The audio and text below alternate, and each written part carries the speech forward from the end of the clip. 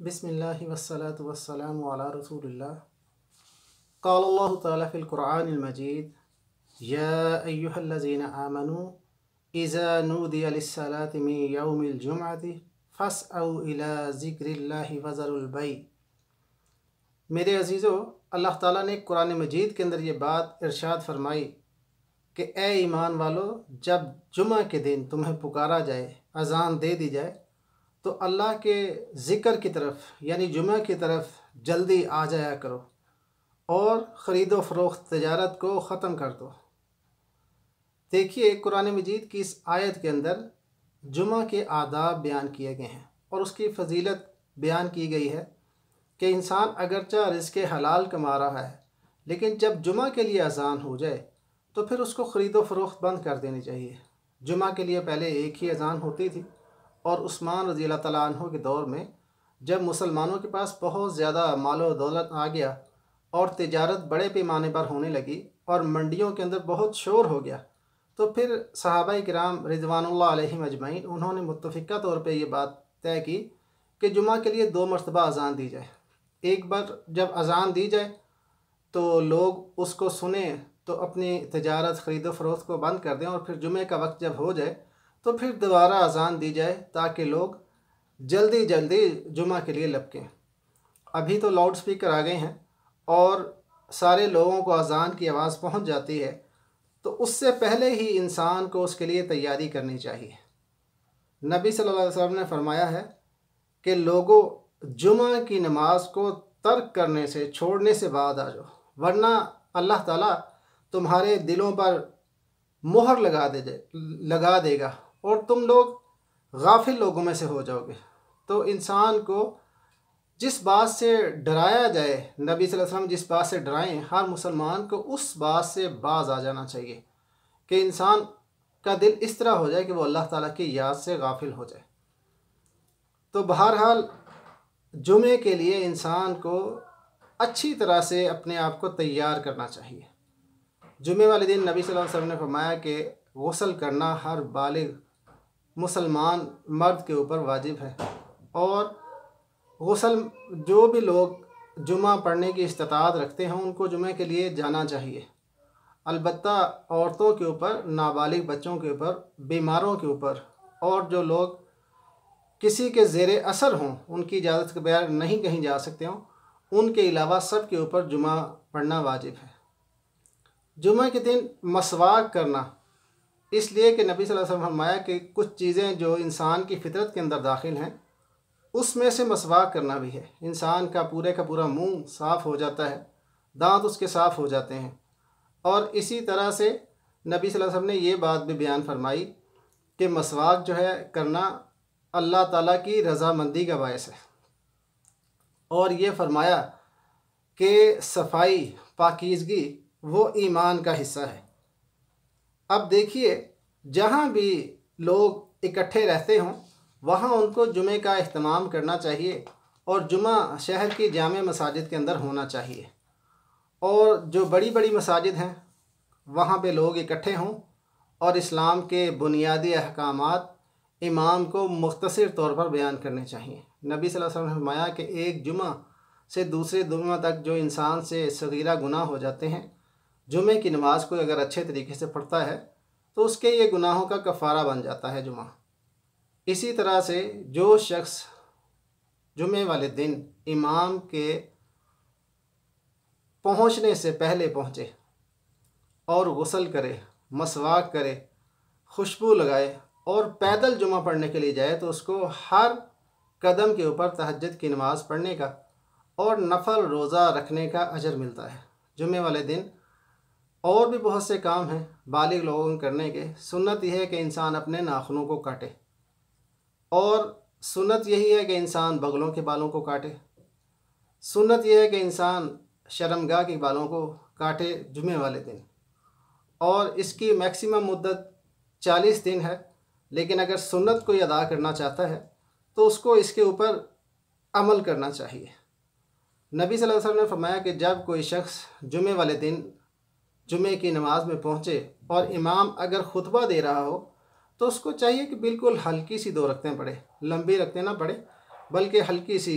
مختصر 2 رکعتیں پڑھے۔ نبی صلی اللہ علیہ وسلم نے فرمایا جو شخص جمعہ کے دن غسل کرتا ہے اور اپنی استطاعت کے مطابق اچھی طرح وضو کرتا ہے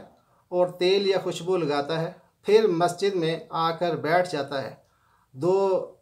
آدمیوں کے درمیان تفریق نہیں کرتا، اور جو اس کے لیے مقدر ہے نماز اس کو پڑھتا ہے، اور پھر امام کے خطبہ میں خاموش رہتا ہے، تو اگلے جمعہ تک کے اس کے گناہ معاف کر دیے جاتے ہیں، بشرطے کہ وہ کبیرہ گناہوں کا ارتکاب نہ کرے۔ اسی طرح جمعہ کے آداب میں یہ بات ذہن میں رکھنی چاہیے کہ جب امام خطبہ دے رہا ہو تو کسی شخص نے اگر اپنے ساتھی سے جو بات کر رہا ہے اس سے یہ کہا کہ خاموش ہو جاؤ، تو اس نے بھی نبی صلی اللہ علیہ وسلم نے فرمایا کہ لغو بات کی، فضول بات کی۔ اشارے کنائے سے دوسرے انسان کو توجہ دلا دینی چاہیے کہ وہ جمعے کے اندر خاموش رہے۔ اسی طرح جمعے والے دن سورۃ الکہف کی تلاوت کرنا وہ سنت ہے، اور کوشش کرنی چاہیے کہ اس کو سمجھ کے پڑھا جائے۔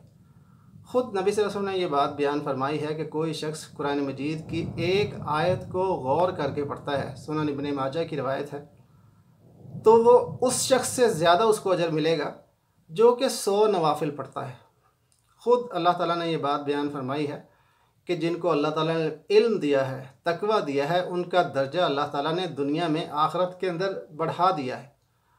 تو انسان کو کوشش کرنی چاہیے کہ غور کر کے پڑھے، کچھ نہ کچھ قرآن مجید کا حصہ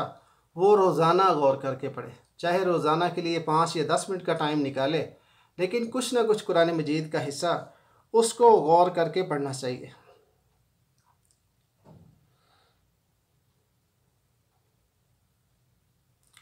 اسی طرح سے جمعے والے دن نبی صلی اللہ علیہ وسلم کے اوپر کثرت سے درود پڑھنا چاہیے۔ نبی صلی اللہ علیہ وسلم نے فرمایا کہ جو شخص بھی نبی صلی اللہ علیہ وسلم کے اوپر درود پڑھتا ہے تو اللہ تعالیٰ اس کے اوپر رحمت کا دروازہ کھول دیتا ہے۔ اسی طرح انسان جب دعا مانگے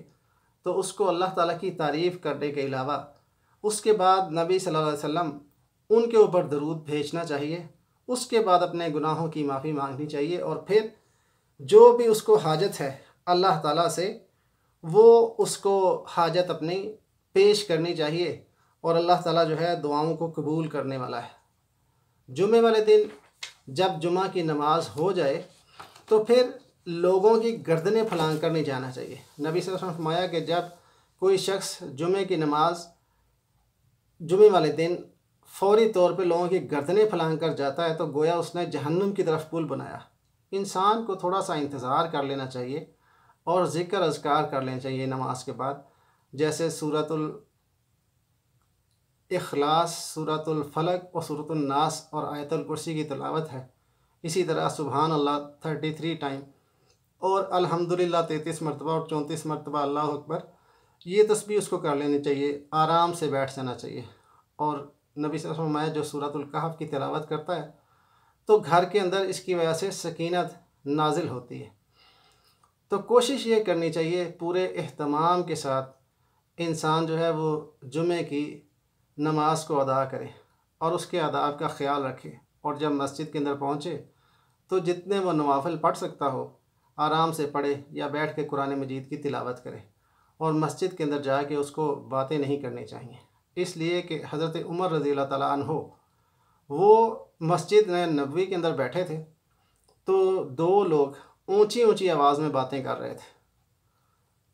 تو انہوں نے ایک کنکر پھینک کر ایک صحابی کو اپنے پاس اشارے سے بلایا اور کہا یہ جو دونوں آدمی باتیں کر رہے ہیں اونچی آواز سے، ان کو میرے پاس لے آؤ۔ جب وہ دونوں حضرت عمر رضی اللہ تعالیٰ عنہ کے پاس آئے تو عمر رضی اللہ تعالیٰ عنہ کو دیکھ کر وہ کانپنے لگے ان کے رعب کی وجہ سے۔ عمر رضی اللہ عنہ نے پوچھا کہ کہاں سے آئے ہو؟ تو انہوں نے کہا کہ طائف سے آئے ہیں۔ تو عمر رضی اللہ عنہ نے کہا کہ اگر تم مدینہ کے رہنے والے ہوتے تو میں تمہیں کوڑے سے مارتا۔ نبی صلی اللہ علیہ وسلم کی مسجد نبوی کے اندر بیٹھے ہو اور اتنی اونچی اونچی آواز میں باتیں کر رہے ہو، تو اس طرح سے ان کو تنبیہ کی۔ دیکھیے جب انسان مسجد کے اندر جائے تو اس کو اپنے موبائل کو سائلنٹ کر دینا چاہیے، اور اس چیز سے گریز کرنا چاہیے کہ اس کے موبائل کی وجہ سے وہاں پہ شور ہو، اور نہ ہی انسان کو دوسرے انسان سے بات کرنی چاہیے بلکہ اس کو مسجد کے اندر خاموشی سے بیٹھنا چاہیے، جو بھی بات اس کو سمجھ آئے اس کو سمجھے، نہ سمجھ آئے بعد میں جمعے کے کسی کو سے پوچھ لے، ورنہ خاموشی سے بیٹھے گا تو جب تک وہ وہاں خاموش بیٹھا سنتا رہے گا، اگرچہ اس کو نہ بھی سمجھ آئے تو اس کی نیکیاں وہ اس کو بہرحال ملتی رہیں گی۔ جیسے قرآن مجید کو جو بھی شخص پڑھتا ہے، اگرچہ اس کو سمجھ نہ بھی ہو اور اس کو علم نہ ہو، لیکن پھر بھی ہر حرف کے پڑھنے کے اوپر اس کو ایک نیکی مل جاتی ہے۔ تو ان چیزوں کا خیال رکھنا چاہیے۔ اللہ تعالیٰ مجھے بھی اور سارے کے سارے لوگوں کو جمعے کو اچھے طریقے سے پڑھنے کی توفیق دے، باقاعدگی سے پڑھنے کی توفیق دے، اور باقی نمازوں کو بھی باقاعدگی سے پڑھنے کی توفیق دے۔ اور جیسا بھی نیکی کا ٹوٹا پھوٹا عمل ہم سے ہو جائے، اللہ تعالیٰ اس کو قبول کر کے ہمیں دنیا اور آخرت دونوں کے اندر کامیاب کر دے۔ سبحان ربک رب العزت عما یصفون والسلام علی المرسلین والحمد للہ رب العالمین۔